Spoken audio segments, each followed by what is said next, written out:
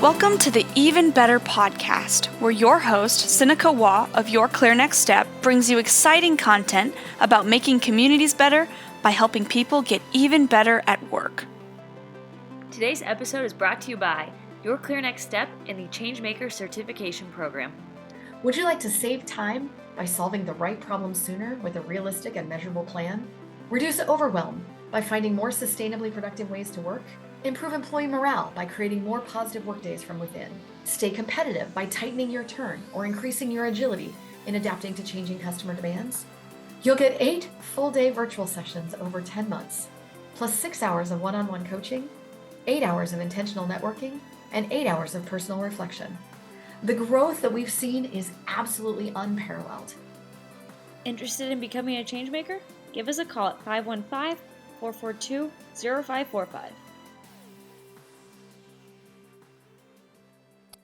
Hello, everyone, and welcome back to an edition of the Even Better podcast. This is your host, Sinikka Waugh. I am so delighted that you chose to join us today.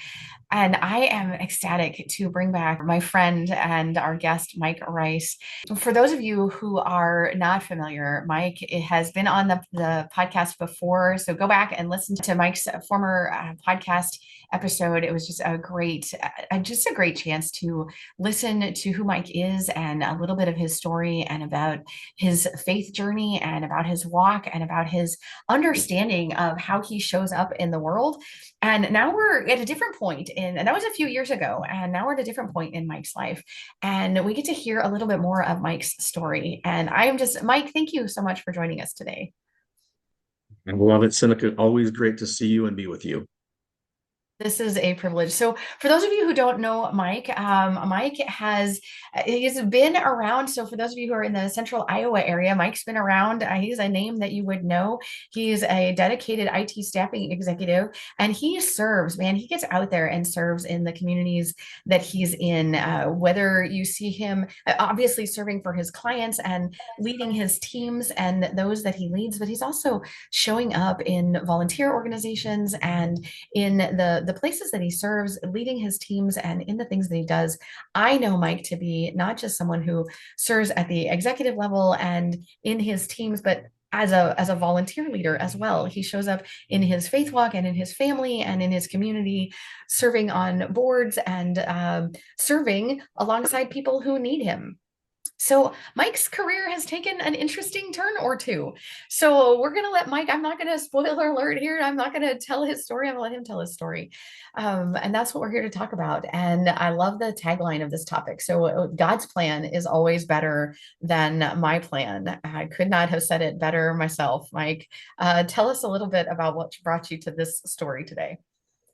Yeah, no, very, very happy to, and I love sharing the God story, right? And as the title says, it's His plan is always better than my plan, and so just an update on it. I'd left a pretty good position at a Des Moines-based company a little over 2 years ago. I felt God calling me to run a company actually out of Ohio. And really good opportunity. And so I took that and honestly felt like God moved me there. I still think he did. And honestly felt like that's probably where I would end my career. You know, I'm 51 years old today. And so that was a couple years ago. And so that's kind of what I thought his plan was. Well, I certainly won't go into details around that, but that ended 15, 16 months in. So November of last year, so November of 2023, I exited that organization and found myself really for the first time in my career without a job. I just had never been in that position. So I'm sure a lot of the podcast listeners have probably been there. Many of us have, and now I've joined that club of humbleness, if you will. And so that kind of started this next journey. You know, I felt it was coming, but until it happens, then it's kind of hit. And so it was certainly a challenging season for my wife and I. Fortunately, she works, so we still had an income. But kind of the coolest thing, and I'll kind of shepherd through a little bit of the God story of about a weekend into me parting ways with that organization. my wife and I were just heading down to Kansas City just to change the scenery, right? It's just we kind of been in the throes of it, a challenging week, and on the way down, driving down, my wife looks at me and just said, she said, babe, she goes, I feel like the Lord's telling me you just need to be still. And you probably don't know my wife, but that needed to be directed through her and not me. And so he perfectly orchestrated that. And I don't sit still very well. That's not a Um, thing for you. it's not a thing for me. And it was hard. And so what that kind of got us into was really a 40-day journey. So the biblical 40 days. And so my wife and I together, we spent the next 40 days just digging into God's word and trying to understand what does he want, and so that was the season, and you're always kind of hoping on day 41 he reveals it. Well, that didn't happen. Right. So I'm out of 40 days and I'm like, okay, well, I still don't really know. Okay, so wait, And I'm gonna pause yeah, you for a second there. Wait, yeah, you're please telling a do. really great story, but I want to catch something because I know that some of our listeners right now are also finding themselves in a world without a job. And you started this story. You said you were suddenly without a job for one of the first times in your career, and now you just Yeah. sat still, which is not like you. You just sat Yep. still. Are you telling me that you sat still for 40 days? Now, I will tell you, to be transparent, it's not like I didn't go have, I'm a networker. So it's not like I didn't go, network a little bit and have coffees, but I wasn't in pursuit. Yeah. The goal wasn't, I'm looking to find something else. Yeah. So that was, I'll just call it my version of sitting still, not like looking at job postings, not networking to find my next role. It was more just getting me out of the house and engaging, and more or less engaging with my friends in my Yeah. network to let them know, hey, here's where I'm at. Like, this is the season. This is what happened. So that was my version of sitting still. Okay. Yeah. So you weren't just sitting on a couch at home watching Netflix. No, I was not. I was not. So that got me. So that was December 22nd. I remember it distinctly. That was the end of the 40 days. And so we're literally on the holidays.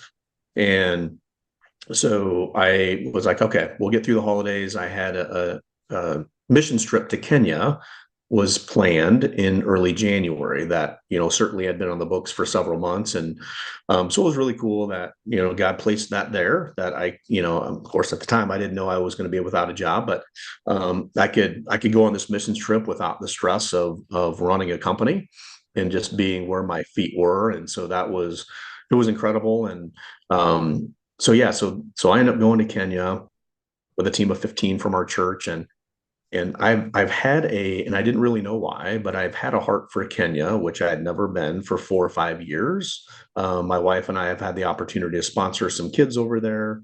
Um, we've had the opportunity to send some money to build some wells. Well, the coolest thing was I actually got to meet the kids that we sponsor, which you don't typically get to do. No. It was amazing. So at the time we had 4 kids, and so we have 5 now, because they're hard not to continue to sponsor. So, but I got to meet them, I got to engage with them, I got to see, a few of the wells that were built, and for us in America, what we would feel like very little money goes so far there and just changes their world. And I'm looking at just in general, we're in a couple of villages where we're serving, and I'm looking at these people, and I'm like, they are no different than me. Like, they're no different than me. I just happen to be born where I was born. And so I just had a burden. And again, I've had this heart for Kenya. And in the midst of this is about a 12-day trip. In the middle of that, there was a scheduled 2-day safari. And I'm going to tell this part of the story because I think the God story is important in it. So I have asthma. I almost died from an asthma attack as a senior in high school. And so I still take meds every day for it. I'm very much under control. But so I'm in Kenya in January, and it's summer there, extremely hot, very, very humid. And I find out the day before of this 2-day safari that it's about a 2-hour van ride that's not air conditioning, and we're staying in tents. And I'm like, wow, like, there's no way. Like, Like if I have an issue, so I'm just like that, I'm not doing that. And so anyway, but what I believe got orchestrated is I had 2 days on that trip in Kenya where the entire team was gone and I was by myself. So so I'm sitting in my hotel in Kenya, nobody else around. And so that was really during that 2 days, Sinikka, that I felt like God was calling me to start a company as I was Mm, praying and seeking and like, Lord, what do you want me to be doing? Like, I'm sitting here in Kenya. And so it was really there that he planted that he wanted me to start a company. And so to kind of shorten this version of the story is I was in Mombasa, Kenya, is where I was. And so the name of our company is called the Mamba Group. So Mamba is short for Mombasa. So that's where that was born. Um, and then, to kind of move the story a little bit, I get back from Kenya and I get with the attorney, get an LLC set up, I get a website, and then I'm like, I don't even know what I'm going to do with it. Because in my transparency, there was two things going on when I got back. Number one, I was fearful. Now I'm 51 years old. When you endure to start a company, as I would tell my wife, what that means is I'm not quite sure when I'm going to bring home a paycheck. Like that's just what that means. Like you just don't know. It's an yes. unknown. And then honestly, I was angry. I was angry at God. I'm like, have I really spent 25 years growing my career to start over?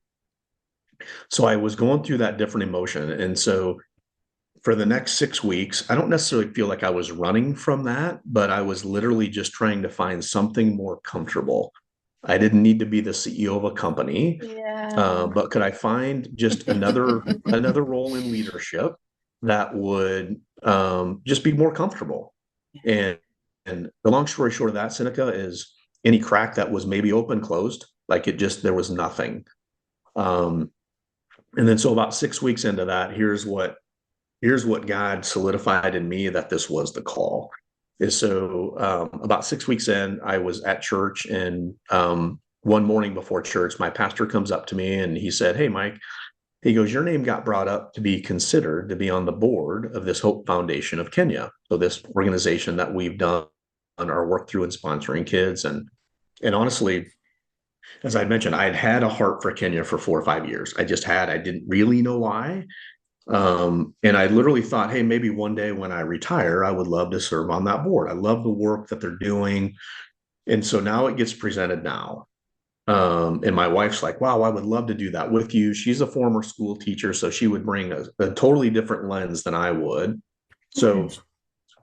so the couple that runs this organization live in Ankeny, and we knew them a little bit. And the husband was on the missions trip that I was on, and anyway, so 2 weeks later, we had dinner on a Friday night together, and got to know more about their vision of their organization. Got to know my wife and I better.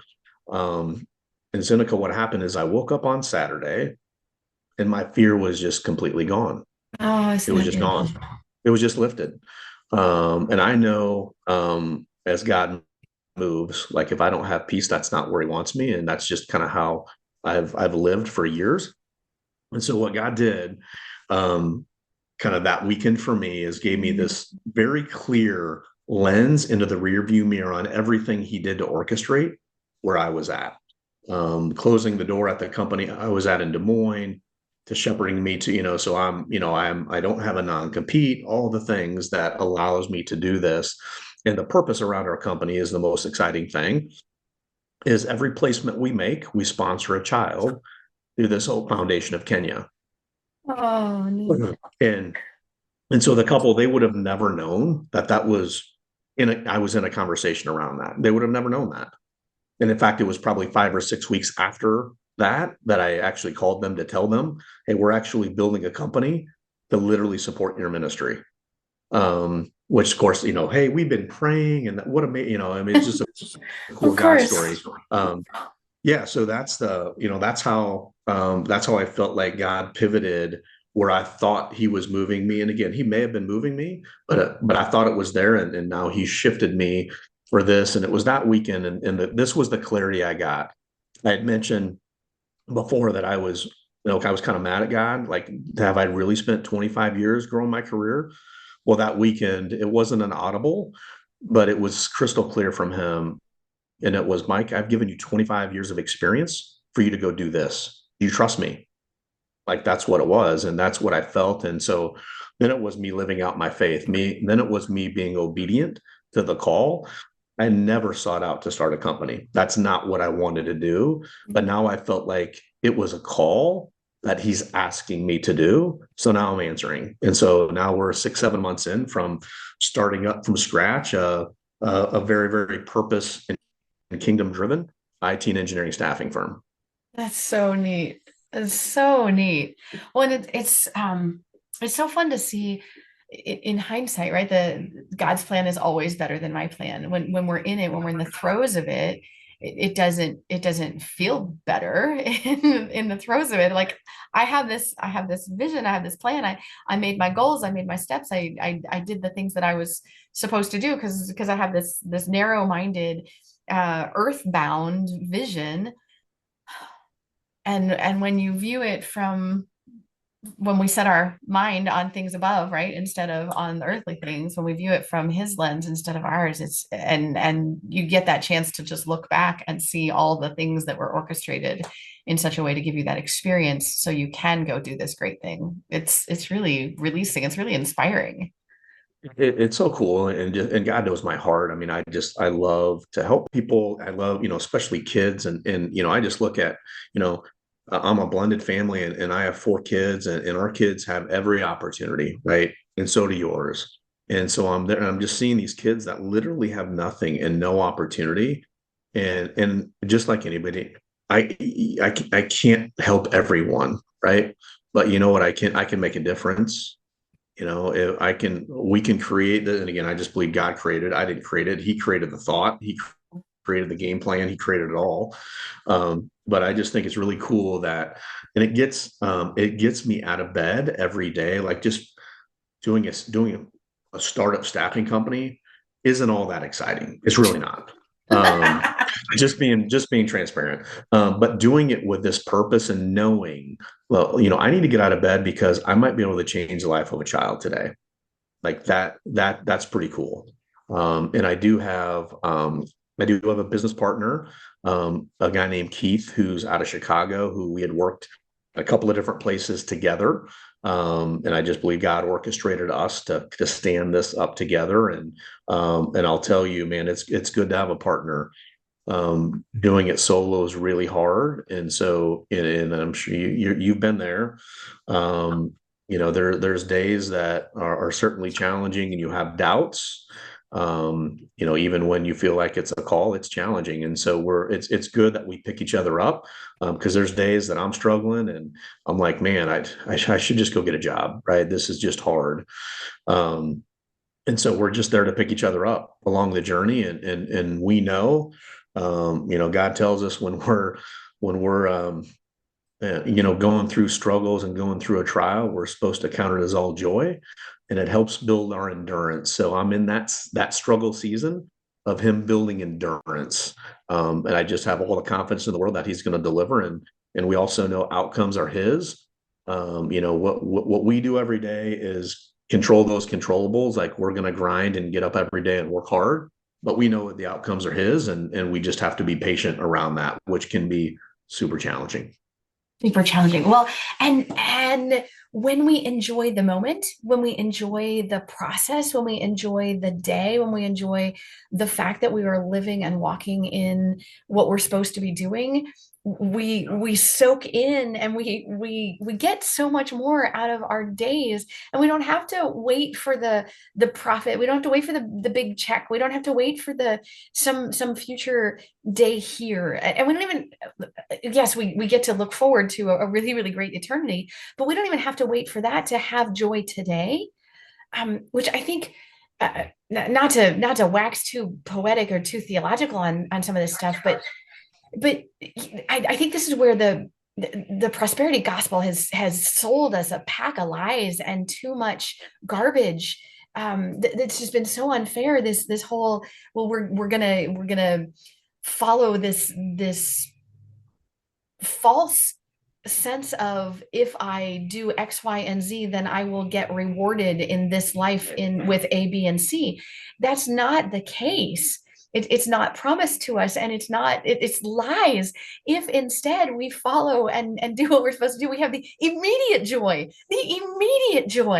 of knowing that we're doing what we're supposed to do. And who cares how many cars, whether it's a $5,000 car or an $85,000 car in our driveway. That's not what the joy is. Right. The joy is knowing that we're doing what we're supposed to do. It's just, and yeah, it's chasing things that matter. Like you said, like the world tells us to go chase all the bigger houses, the cars, all the stuff, right? That that always leaves you empty. Like you get joy for a moment, but then that's gone, right? And so it's chasing things that matter. And again, at the end of the day, life to death ratio is still 1 to 1. So we're all going to die, and we're taking none of it with us. And I just kind of view it, and this is kind of where I've grown in my faith. It's all his anyway. Like, I'm just stewarding what he's allowed me to have, whether that's a little or whether that's a lot. And I want it because I like to give. I do. He's wired me that way. But you know what? If there's a season for a while that we don't have, that's okay. Like, I know he's got us. He will never leave us nor forsake us, right? And so in my season, it's just leaning on the promises. And I'm a firm believer the Bible is true front to back. And if one thing in there is not true, that means none of it's true. So that's my belief system. That's the foundation and principle. And the other thing, Seneca, and I maybe even shared this on the podcast a couple of years ago, but and you'll see, like, if you go to our website, we are absolutely bold faith, unashamed. And that's where I feel like God's asking us to step up in our Christian faith. And for two things. Number one, we're not ashamed of it. But the second one is, I really hope it's an encouragement to others to be strong in their faith, to not hide behind it. There was certainly a season in my life that I compartmentalized my faith. And I was the faith guy on Sunday, and I'm running, but now it's just like, it's who I am. Like that, this is who I am. And so we're unashamed to be a very, very forward faith company. And we think a lot of people will love that. Some may not, and that's okay. Yeah, not everybody is meant to be in our tribe, and we'll keep loving them. We'll keep showing up for them. We'll keep praying for them. I mean, like, that's okay. You don't have to love that about me. Right. It's still who I am. Yeah. So it's been, what's been cool, Seneca, is, so now we're building the business. So I've got my business development hat on. But what God has really given me, he's given me this cool testimony and cool story that he orchestrated that I get to talk about daily with people, right? I can't tell the story about the Mamba group without talking about a trip to Kenya and my faith. Like, it's impossible. Like, it's impossible. So he's given me this really cool avenue just to have faith-based conversations.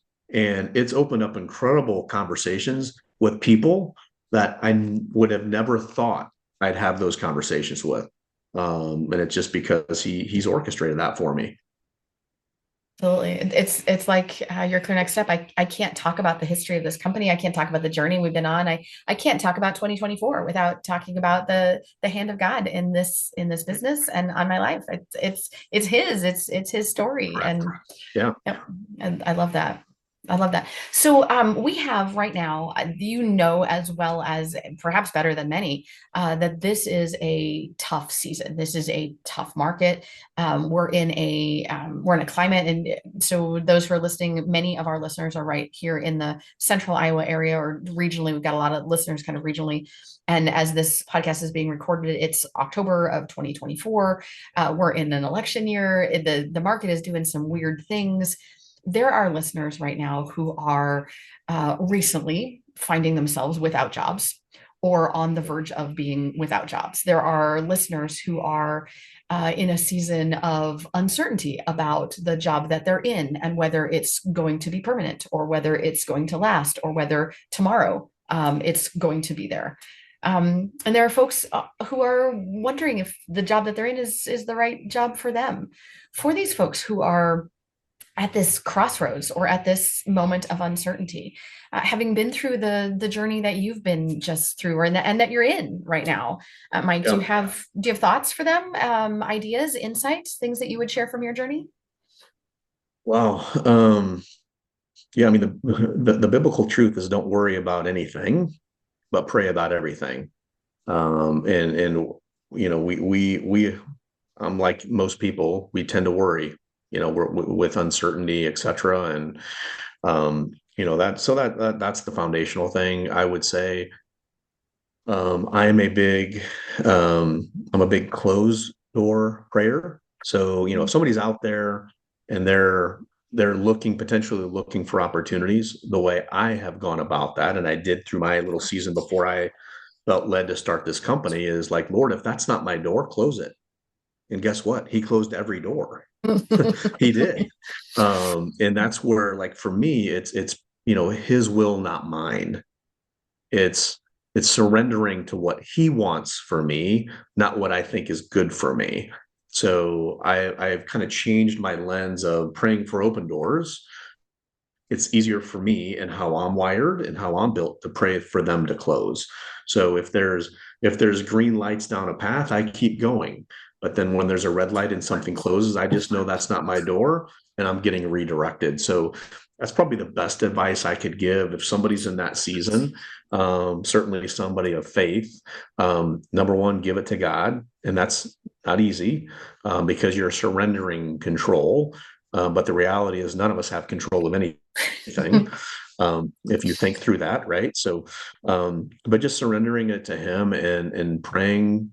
If this is not the right this is not where you want me to move, then just close the door and accept the closed door.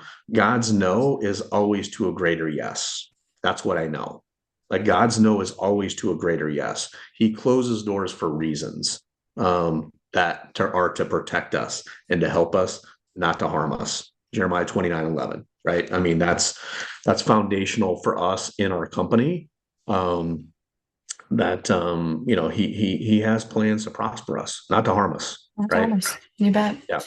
So I fully intend to have you back on the show here in a couple of months or years, or as you continue to see your great successes as you journey and as you grow your business. But right here in this startup moment, let's think about the entrepreneurial folks. Let's think about the listeners who are starting something new and building organizations. What are some of your immediate takeaways as you're starting up? I heard you already allude to one of them, which was around having a partner, having someone else alongside. So let's explore that one. And then I think I also heard you talk about having a purpose, like the importance of that. So let's explore those two. And then what else? What else? So we'll start with those two, and what else? So insights for new entrepreneurs or starting something of your own. Yeah, just it's a mindset, right? And it's being okay, being uncomfortable, getting comfortable with being uncomfortable. I mean, that's 100% where I had to get, because it was not a comfortable step. You feel like you have some safety and security working in the corporate world, or you have a salary, you have this quote unquote guarantee. The reality is, just like me, anybody can get let go tomorrow. Like, so it's a false security. I also had the mindset of that, again, in my faith, I felt called to do this, even if that wasn't part of my story. Also, kind of stepping into this, and this was kind of what I would always tell somebody: if you think you might regret that you didn't try it, try it. You can always fall back and go get something. Like, you can always go do, like for me, if this happens to not work, guess what? I'm going to get a job, because my primary responsibility is to support my family, right? So if this doesn't do that, I need to do that. So again, that mindset, it's going to be uncomfortable. You're going to have fears, but you just have to walk through those and just know it's going to be uncomfortable. If it wasn't, everybody would do it. And I would say it's not for everybody, but for those listeners that are entrepreneurs or thinking about standing that up, that's what I would be thinking about. Am I going to regret it if I don't? I wouldn't want to have that look back in 10 years and be like, man, I really wish I would have done X. Like, give it a go. Give it a go. Now, every circumstance is different. Everybody has family obligations. Whether you're single, you have to look at that full picture. Um, I'm, I'm not risk averse, but I'm also pretty intentional about how much risk I'm willing to put in around a startup. So, and for me, talking about having a partner, I just know already 6, 7 months in, I'm sure glad I'm not doing this alone. Yeah, I know me, I may not still be in it. I may be looking already if it was just me. But when I've got a partner that's there to kind of pick each other up, it's so helpful. So helpful. Such a difference, such a difference. And then let's get back to that purpose driven, right? That mission driven. You are not doing this to start a staffing company. Like you said that earlier Right. when you were telling your Yeah. story. Starting an IT staffing company is not the thing that gets you out of bed in the morning. Right. Yeah. And so, yeah, literally, our purpose around literally helping change lives of kids in Mombasa, Kenya, like that's the whole purpose of our company. We just happen to do IT and engineering staffing. Like that just is the vehicle to help feed these kids, help get them into school, help give them access to medical care. And for us, it also helps give them spiritual guidance. That's of utmost importance to us from an eternal perspective. So yeah, I mean, we're fortunate, God gave us this really cool purpose and very cool vision around what we're doing, but without purpose, you kind of perish. So anybody out there looking to start, like understand why you're doing it. Like the why is so important. And that's where we started. If we didn't have a compelling why, I wouldn't have the energy to go do it. And we felt very, very fortunate and very gifted that we've got an incredible why, an incredible purpose that really will drive us. And what I get excited about, if the Lord allows us to eventually grow a team, which I think He will. What I get super excited about is one day Sinikka will be able to, in kind of the sales environments you do, President's Club trips, etc. What I get excited about is we'll take our team to Kenya for that trip annually, and they'll get to meet the kids that all their everyday work, all their grind every day that helps sponsor kids. Now they'll get to go meet the kids that their work does. Like that will be incredibly impactful. And I believe we'll be able to build a really cool organization and be able to recruit talent to come to our organization because of our purpose. Oh, that's so neat. All right, so we're getting close to time here as we get to wrapping this up. What closing thoughts would you want to share? Any insights? Although closing on a why, that's pretty remarkable. Yeah. The close would be, I think at the end of the day, from a faith standpoint, just be open. God has a plan. Here's what I believe. God has given us all a purpose. I believe that. Seneca has a different purpose than Mike and any other listener. But here's what I also believe. If we don't find our purpose and we don't live out our purpose, it gets missed because it's nobody else's call. So it gets missed. So the world misses it. I firmly believe that. So that's probably my parting shot. Find your purpose. Seek Him first. I'm a Matthew 6:33 guy. Seek ye first the kingdom of God and His righteousness, and everything else will be added to you. So that's the North Star for me. I seek Him first, and then He tells me He's got everything else. So this would not be the Even Better podcast if I didn't ask what's making you even better these days, Mike. What's making me even better? Man, I'm being refined in the fire. I like my faith is being tested on a daily basis. And I know it's good for me. I know it's growing me. I'm more dependent on Him. I'm doing the work and I'm not seeing the results that I want to see yet. It just makes me more dependent on Him. So I can't do it alone. And so I continue to remain steadfast and trust that He's got us. And I believe it. Well, thank you, Mike. Thank you so much for sharing your story. Thanks for spending time with me this morning. I am so grateful. Yeah, I appreciate it. It's always fun. And yes, I'd love to do it again at some point. Maybe we've got a little more traction and be able to share kind of the updated journey. But always a pleasure. Love our friendship, and always wish you and your listeners well. Thank you. Thank you. And thanks to our listeners for tuning in for this edition. And on behalf of all of us here at Your Clear Next Step, we hope the rest of your day is even better.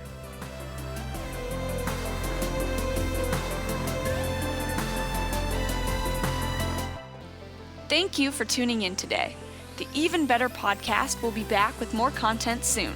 But in the meantime, subscribe to our podcast or check out our website at yourclearnextstep.com for more information. See you next episode.